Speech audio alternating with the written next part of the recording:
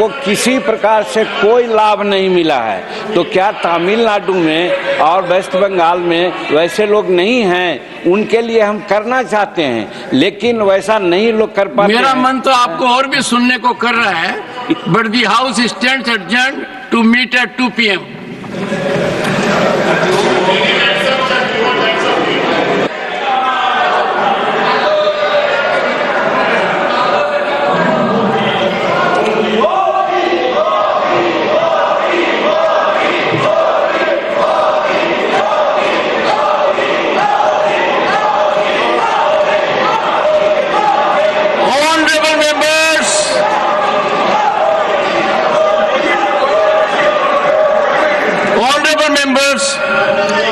Honorable members, pleased to extend greetings to the Honorable Member of Parliament, Sri Sanjay Seth, on his birthday today. Sri Sanjay Seth is in his 3rd term in Rajya Sabha since April 2024. He had previously served in this August House from 2016 to 2019 and from 2019 to 2022. As a parliamentarian, Sri Sanjay Seth bears a polite, suave and persuasive temperament and imparts interventions in the House after due diligence.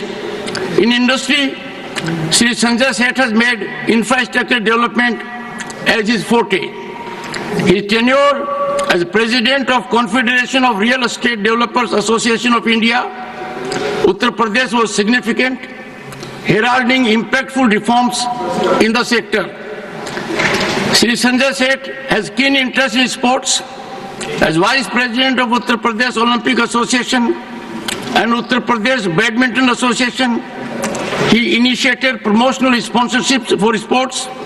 He continues doing it currently as well. Sri Seth is widely traveled and represented our parliament at the Asian Parliamentary Assembly in Bahrain in December last year and made contributions that evoked positive response.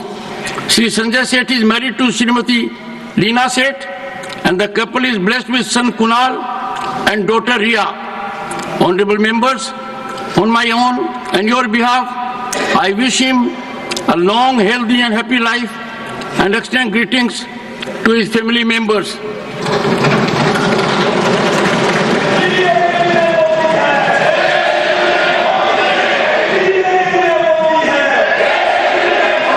Papers to be laid on the table. Papers, please. Papers to be laid on the table, Dr. L. Murugan.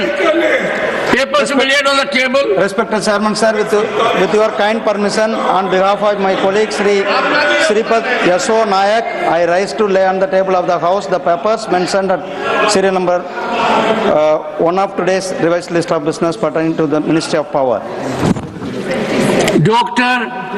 Chandrasekhar Pemasani. Honorable Chairman, sir, with your kind permission, I rise to lay on the table of the House the papers mentioned against my name at serial number 2 in today's list of business. Thank you. Dr. L. Murugan. Respected Chairman, sir, with your kind permission, I rise to lay on the table of the House the papers mentioned against my name at serial number 2 class 3 of today's list of business pertaining to the Ministry of Parliament Affairs. Shri Tokhan Sahu. महोदय, आपकी अनुमति से मैं आज की कार्यसूची में क्रम संख्या 4 पर मेरे नाम के समक्ष सूचीबद्ध कागजातों की एक प्रति हिंदी व अंग्रेजी सभा पटल पर रखता हूं। Reports of the Department Related Parliamentary Standing Committee on Water Resources, Shri Sanjay Kumar Jha. Honorable Chairman, sir, I rise to lay on the table the first and second reports of the Standing Committee on Water Resources as listed against my name in today's list of business. Statements of the Department Related Parliamentary Standing Committee on External Affairs, Shrimati Kiran Chaudhary. Sir, I rise to lay on the table a copy each of statements showing final action taken by the government on the reports of the Committee on External Affairs as listed against my name at serial number 4 in today's revised list of business. Thank you. Honorable members, the House had decided on the recommendation of the Business Advisory Committee to skip lunch during the first leg of the session to complete the discussion on the motion of thanks and union budget. Today, the general discussion on the union budget is scheduled to commence. If the House so agrees, we may start the discussion at 2 p.m. after lunch recess. In order to complete the discussion and afford reasonable opportunity to members, the House may sit late for 2 hours each day, and today and tomorrow, and skip lunch hour tomorrow. The House agrees so?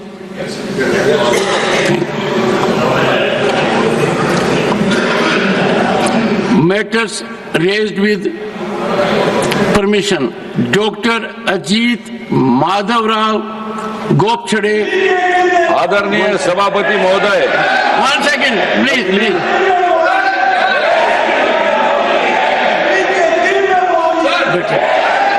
Demand for time. Honorable members, please. Leader of the House. 1 second. Leader of the House. Please. Leader of the House. आदरणीय सभापति महोदय, One second. Please take your seat. Please take your seats. There may be. I am exactly doing that. No, sorry. Demand for timely updation of Aadhaar details. Please continue. आदरणीय सभापति महोदय, नकली आधार card के गलत इस्तेमाल को रोकने के लिए पुनः सत्यापन प्रक्रिया में मद्रास उच्च न्यायालय ने हाल ही में संपत्ति लेन देन में उपयोग किए गए 4 जाली आधार कार्डों के संबंध में पुलिस शिकायत दर्ज करने का आदेश दिया है। इस मामले ने धोखाधड़ी और पहचान प्रणाली की अखंडता के बारे में गंभीर चिंताएं उत्पन्न की है। आधार कार्ड जो भारत में कानूनी और वित्तीय लेन देन के लिए अनिवार्य है, उसका दुरुपयोग न केवल व्यक्तिगत पहचान की सुरक्षा को खतरे में डालता है, बल्कि यह पूरे सिस्टम की विश्वसनीयता को कमजोर करता है। जब ऐसे जाली दस्तावेजों का उपयोग किया जाता है तो यह न केवल धोखाधड़ी को बढ़ावा देता है, बल्कि नागरिकों के लिए एक बड़ा खतरा बन जाता है।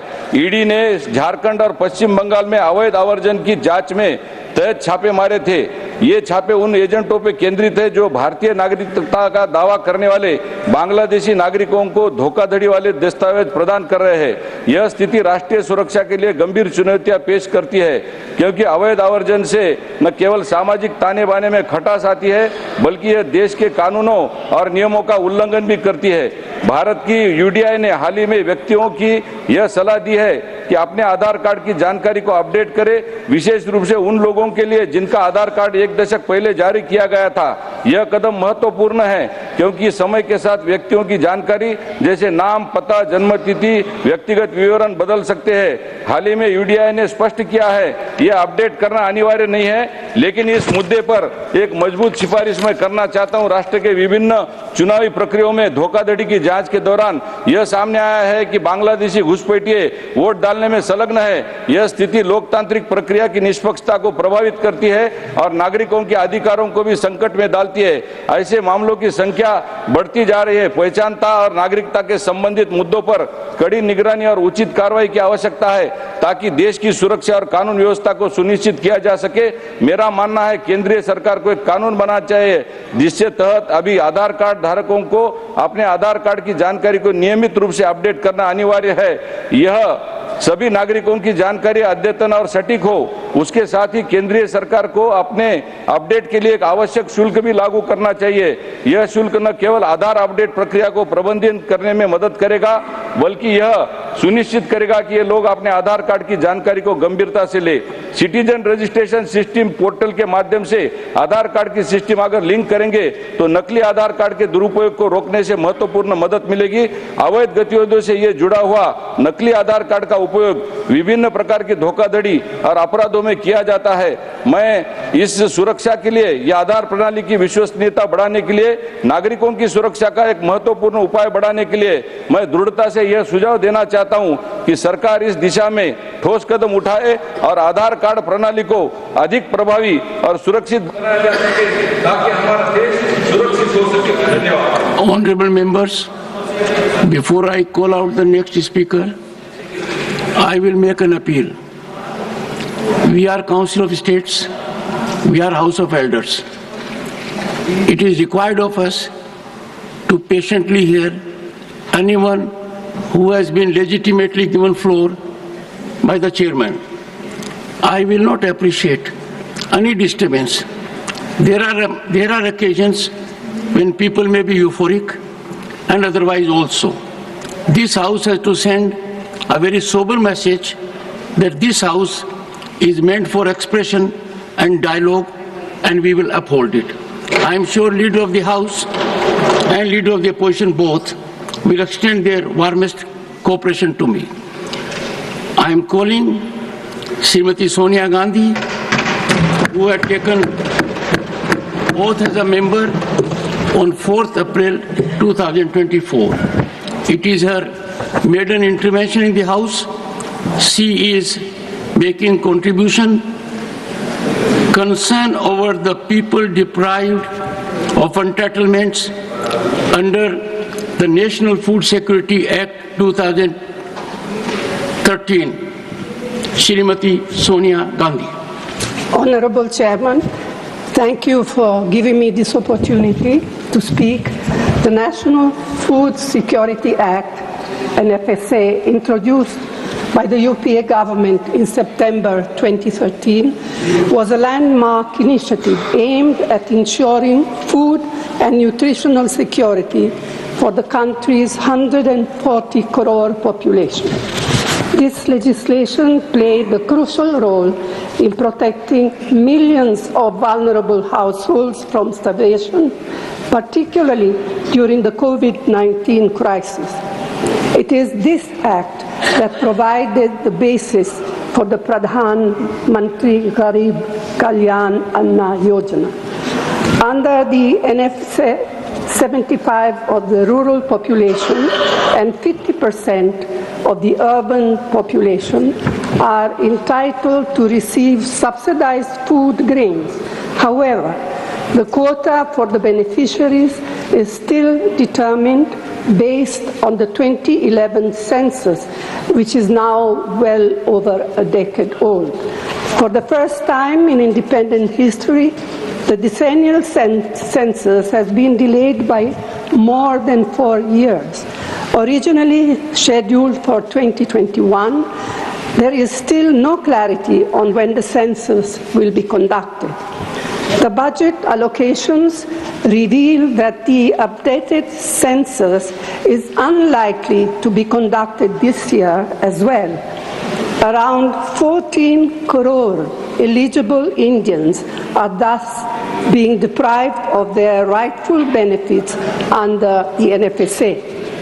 It is imperative, sir, that the government prioritizes the completion of the census as soon as possible and ensures that all deserving individuals receive the benefits guaranteed to them under the NFSA.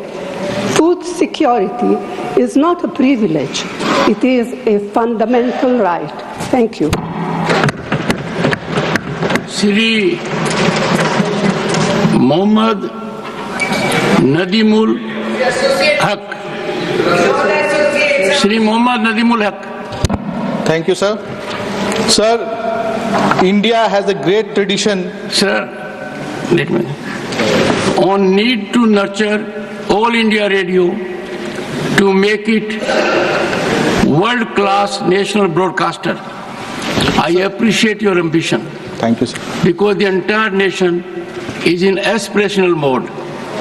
Sir, Please go ahead. Sir, India has a great tradition of cricket commentary on the radio. This government is killing that tradition. In the years gone by, radio cricket commentaries had some legends. Berry Sarbadakari, Pearson Surita, Dikki Ratnagar, Anand Sitalwar, Kishore Bhimani and others. Why is Indian cricket commentary on radio now in such poor shape? With the exception of a few commentators like Sushil Doshi and Vineet Garg in Hindi and Sunil Gupta and Prakash Vagankar in English, it is boring.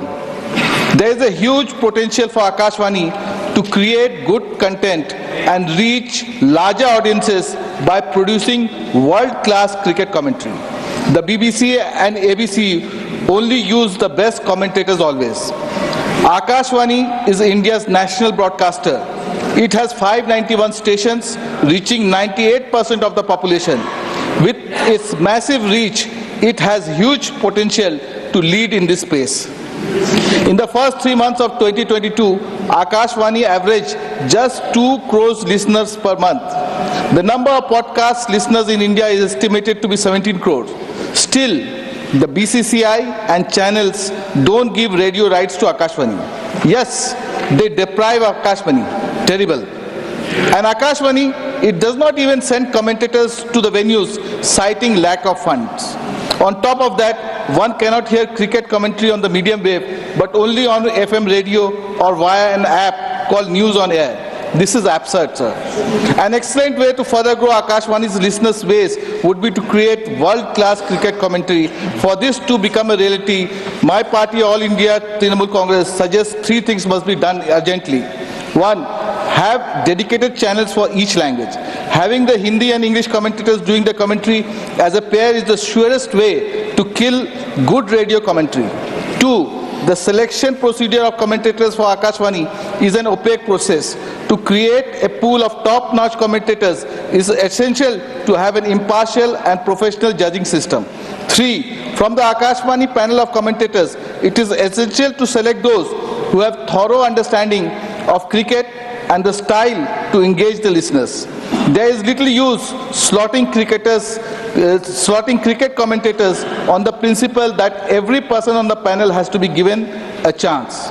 So may I suggest to the minister to implement these 3 suggestions and appoint Harsha Bhogle as the captain of a new team whose task it would be to make Indian radio cricket commentary world class. Thank you, sir. धन्यवाद माननीय मोहम्मद नदीमुल हक जी. माननीय Shri Sujit Kumar, need to expedite railway connectivity in Kalahandi, Sambalpur and Sonpur regions of Odisha. Thank you deputy chairman sir. Sir सबसे पहले तो मैं आदरणीय प्रधानमंत्री जी को, वित्त मंत्री जी को और रेलवे मंत्री जी को बहुत बहुत धन्यवाद दूंगा. इस बार बजट में उड़ीसा के लिए रेलवे के लिए 10,600 करोड़ का प्रावधान किया है, जो कि आज तक सबसे हाईएस्ट एलोकेशन है सर उड़ीसा रेलवे के लिए. लेकिन सर इस बारे में मैं बजट डिस्कशन पे विस्तार पे चर्चा करूंगा. फिलहाल मेरी एक छोटी सी अनुरोध है आपके माध्यम से रेलवे मंत्री जी से. Sir, I request the Honorable Railway Minister to expedite and prioritize the final location survey, FLS in railway terms, for 4 critical projects in western and southern Odisha. Sir, these projects are extremely important to enhance connectivity, boost regional economic development, and bring out balanced development of the entire state and, of course, the entire country. Sir, the first project is the Bhawanipatna-Kesinga railway line, which is in aspirational district of Kalahandi. Sir, this is a 35-kilometer long railway project, which will be an alternative to the National Highway 26, which is now teeming with heavy vehicles and help ease the traffic. Sir, also in this route lies the Udan Airport of Utkela, which is almost the lifeline of Western Odisha. And sir, this will help bring about multimodal transport connectivity, sir, and of course boost regional activities. Sir, the current distance between Bhawanipatna to Kesinga, the railway distance, will be reduced by 29 kilometers if this project becomes a reality. Sir, the second project pertains to the Sambalpur-Sonpur 77-kilometer railway line. Sir, Sambalpur and Sonpur are 2 important cities Sir, this will run parallel to the state highway of 15. Again, sir, this highway is largely used for transportation of mineral ores and hence is always accident prone. So this railway project will again, sir, help ease the traffic, and it's also of strategic importance, sir, because it will connect the Jharsuguda-Sambalpur industrial zone to the coastal areas of like Paradip and all. And sir, the railway distance between Sambalpur and Sonpur will be cut down by 80 kilometers, making, sir, transport more efficient. And sir, the third project pertains to the 115 kilometer Kantamanji to Koksara railway line in Kalahandi, Nuapada and Balangir. All of three are the aspirational districts, sir. Sir, there is already an existing project from Junagadh Road to Navrangpur via Koksara. So, sir, this project will not take a lot of resources and time, sir, but it will definitely help in, again, transportation of iron ore from Bailadela iron ore mines to Raipur, and also, sir, will be the lifeline of western and southern Odisha. Districts like Kalahandi, Navrangpur, Koraput will benefit from this. And finally, sir, the final project pertains to Bhawanipatna Fulbani railway line via Lanjigad Road, M. Rampur and Baliguda. Sir, sorry, these are some of the names which the House may not be aware of, but it's necessary to bring it to the notice of the government. And sir, this is a very LW affected region in western southern Odisha, and heavily, sir, occupied by populated by tribal population, sir. Sir, and this will also, sir, facilitate faster movement of goods from धन्यवाद माननीय सुजीत जी, आपका समय खत्म हुआ। धन्यवाद। माननीय Shri M Mohammed Abdullah, request for reduction of fees of government exams for the benefit of poor students. माननीय M Mohammed Abdullah, not present. माननीय Shri Subhash Chandra Bose Pilli, demand to retain the height of Polavaram multipurpose irrigation project in Andhra Pradesh. Respected Deputy Chairman, sir. Thank you, sir. The Polavaram project is lifeline for Andhra Pradesh, and any reduction in its capacity threatens its completion, functionality, and long-term benefits. We urge the Government of India to take immediate collective action to address these pressing concerns. The proposal to lower the height of the dam 45.72 meters to 41.15 meters is deeply concerning. This reduction could cut water storage capacity from 194 TMC to just only 115 TMC, drastically undetermining the objectives of the project. Polavaram was designed to irrigate 7.5 lakhs acres and supply drinking water to lakhs of people. Lowering its capacity will severely impact farmers, disrupt water security, and betray the commitments made during the state's bifurcation. The centre must uphold the original plan and ensure full storage capacity. The project cost has now escalated to 30,436.95 crores. Yet the union budget 2025-26 has allocated only 5,936 crores, a figure grossly insufficient to meet the 2026 deadline. Without full funding, further delays are inevitable, pushing the project uncertainty. The centre must immediately release all pending funds to prevent cost overruns and ensure timely execution. Under our former Chief Minister Sri Y. Jagannath Reddy ji, significant progress was made despite early floods and COVID-related challenges. Essential structures including the spillway, spill channel and copper dam were completed without disruptions. The central government also then sanctioned 12,127 crore continued construction.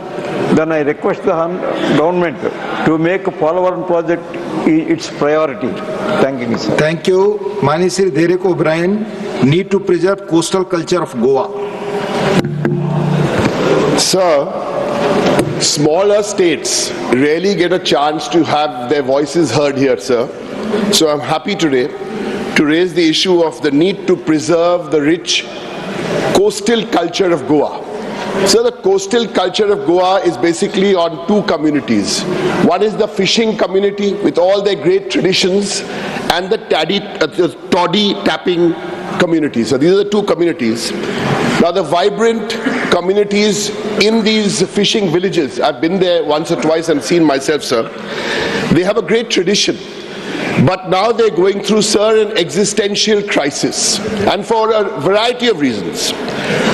Primarily because of the CRZ, or the coastal regulation zones. As a result, sir, these fishermen, they can't build homes, they can't do up their homes, they can't park their boats, all kinds of problems, sir. Worse than that, the trawlers are also coming and robbing them of their livelihood.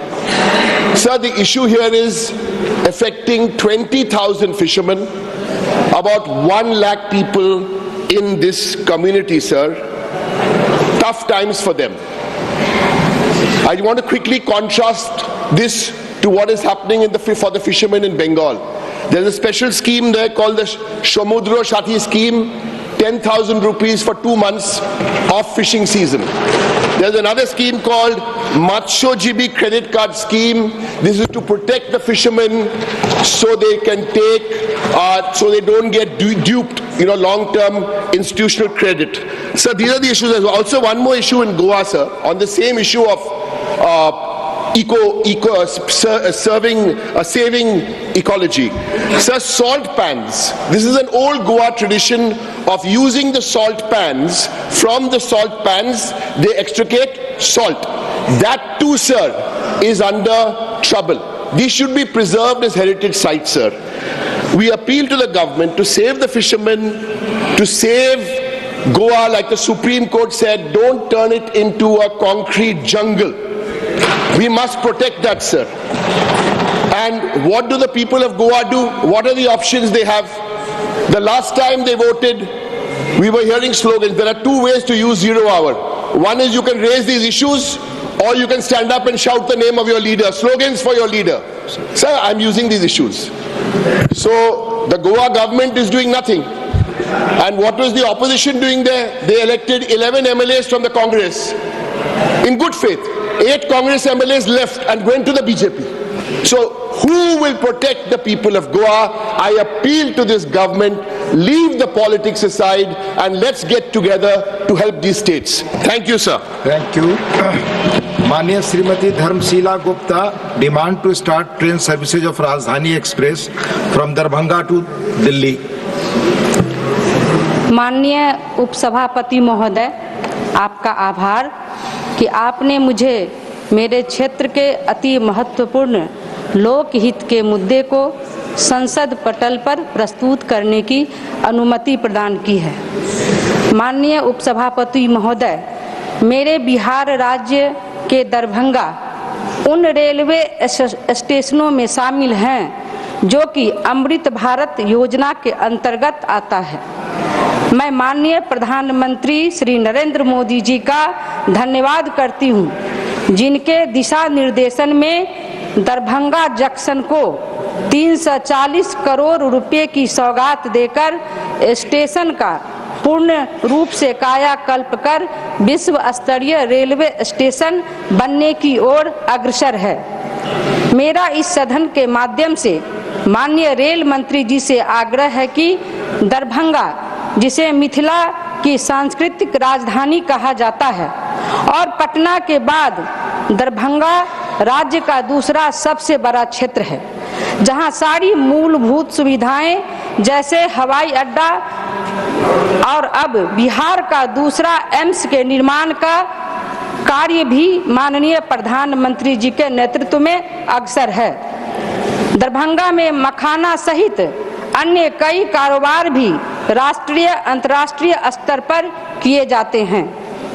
ऐसे में दरभंगा हेतु दिल्ली के लिए राजधानी या वंदे भारत जैसी super fast train चलाने की कृपा की जाए, जिससे कि यहाँ के स्थानीय निवासियों को व्यापार या इलाज हेतु आने जाने में सुगमता हो।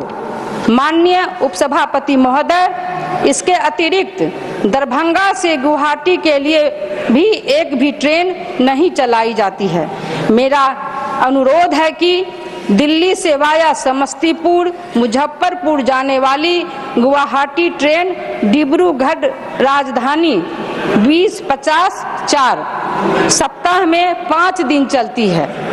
यदि आदरणीय रेल मंत्री जी इस ट्रेन को सप्ताह में 2 दिन के लिए वाया समस्तीपुर दरभंगा चलाने की कृपा करें तो यहाँ के स्थानीय निवासियों के समय की बचत के साथ साथ उनकी परेशानी भी कम होगी। धन्यवाद। धन्यवाद। माननीय Shri Sandeep Kumar Pathak ji, demand to counter hostile drone activity on the Indo Pakistan border. Thank you chairman sir. Sir, मैं आपके माध्यम से इस सदन में एक महत्वपूर्ण विषय को रखना चाहता हूं जिसका सीधा संबंध राष्ट्रीय सुरक्षा से और बॉर्डर एरिया में रहने वाले जो जनमानस है उनके जनजीवन से संबंधित है। सर, पंजाब का लगभग 550 किलोमीटर जो बॉर्डर है वो सीधे पाकिस्तान से लगता है। ड्रोन का जो इंट्रूजन है पिछले कई सालों में लगातार बढ़ते जा रहा है। 2020 में लगभग 50 ड्रोन देखे गए थे, उसके बाद हर साल ये 50 और 100 करते करते पिछले साल लगभग 300-350 के आसपास ड्रोन्स देखे गए थे।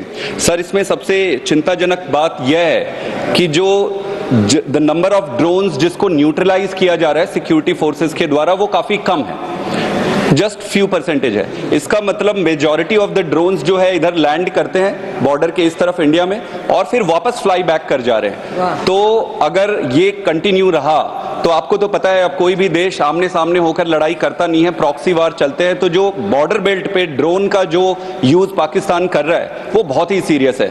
मैं आपको बता दूं कि पाकिस्तान मोस्टली चाइना से और टर्की से ड्रोन इंपोर्ट कर रहा है। हमारे देश में एंटी ड्रोन टेक्नोलॉजी अभी एडवांस नहीं है, हमें उन्हें तुरंत एक्वायर करना चाहिए। और इसमें एक इंपॉर्टेंट चीज ये है सर कि ट्रेनिंग पे भी देखनी पड़ेगी। जो फर्स्ट लाइन ऑफ कमीशन जो है वो बीएसएफ की है, सेकंड लाइन ऑफ जो कंट्रोल रहती है वो ऑब्वियसली स्टेट पुलिस की रहती है।